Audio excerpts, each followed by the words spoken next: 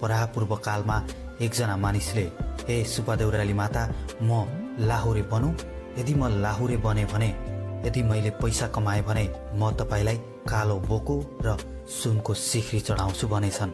उनी लाहुरे पनि बने, उनको मनोकामना पनि पूरा भयो, पैसा पनि कमाए।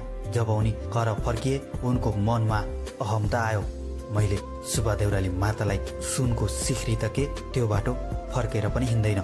जब त्यो कुरा सुपा देउराली मातालाई थाहा भयो, त्यसपछि लाहुरे घर हिँड्दै गर्दा सुपा देउराली माताले बीच बाटोमै लाहुरे र लाहुरेको बाकससहित उडाएर सुपा देउराली नजिकै रहेको विशाल पहाडमा टाँसिदिनु भयो अनि त्यो लाहुरे त्यही विलीन भयो। आदरणीय दर्शक महानुभावहरू, आज हामीले यस भिडियोमा सुपा देउराली माताको उत्पत्ति कसरी भयो र लाहुरे टाँसिनुको रहस्य के हो भनेर तपाईहरुलाई जानकारी दिनेछौं। महिन्द्र राजमार्गको गोरुसिङे सन्धिखर्क सडकको गोरुसिङे चोकबाट झण्डै 47 किलोमिटर दूरीमा रहेको अर्घाखाँचीको प्रख्यात मन्दिर सुपा देउराली बारे नसुन्ने बिरलै होलान्। यो मन्दिर अर्घाखाँचीको सन्धिखर्क नगरपालिका वडा नम्बर 7 मा पर्दछ। प्राकृतिक सौन्दर्यले भरिएको महाभारत पर्वत श्रृङ्खला अन्तर्गत पहाडको खोजमा रहेको यो मन्दिरको दर्शन गर्न नेपालका विभिन्न जिल्लाका साथै भारतबाट समेत भक्तजनहरू आउने गर्दछन्। आफूले कामना गरेको भाकल पूरा भएपछि मन्दिरमा पूजा गर्न भक्तजनहरू यहाँ आउने गर्दछन्। पश्चिम नेपालमा रहेको यो मन्दिरमा विवाह गरेका नवजोडीहरू जीवन सफल बनाउनका लागि बिहे लगत्तै दर्शन गर्न आउने चलन रहेको छ। यो मन्दिरमा शनिबार भक्तजनहरूको व्यापक भिड लाग्दछ। आफ्नो मनोकामना पूरा होस् भन्दै नरिवल, परेवा, जिन्सी सामानहरू मन्दिरमा चढाउने चलन रहेको छ।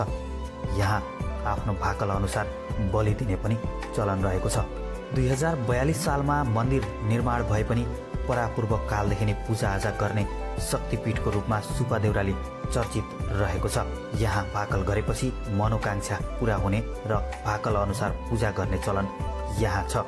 सुपा देउराली नजिकै एउटा ठूलो भिर छ जसलाई लाहुरे टाँसिएको भिरको नामबाट पुकारिन्छ। यो भिरको नाम यस्तो रहनुको पछाडि सुपा देउरालीसँग सम्बन्धित किम्वदन्ती रहेको छ।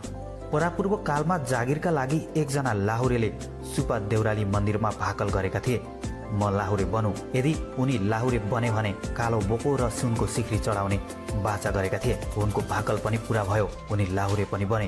तर उनले भाकललाई अविश्वास गर्दै अर्को बाटो हुँदै घर फर्किने निर्णय गरे।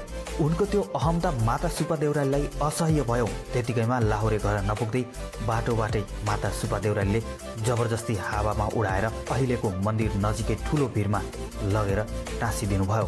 भिर पनि यस्तो छ कि त्यहाँ चाहेर पनि कोही मान्छे जान सक्दैन, जसको फलस्वरूप लाहुरे भित्तामा टाँसिएर विलीन भए। यो मन्दिरमा जे भाकल गर्यो त्यही पुग्ने जनविश्वास पनि छ। त्यसै आधारमा यस तीर्थस्थलको महिमा र गरिमा बढ्दै गएको छ। महाभारत पर्वत श्रृङ्खलाको ठूला ठूला पहाडको खोजमा प्राचीन शैलीमा निर्मित सुपा देउराली मन्दिर छ।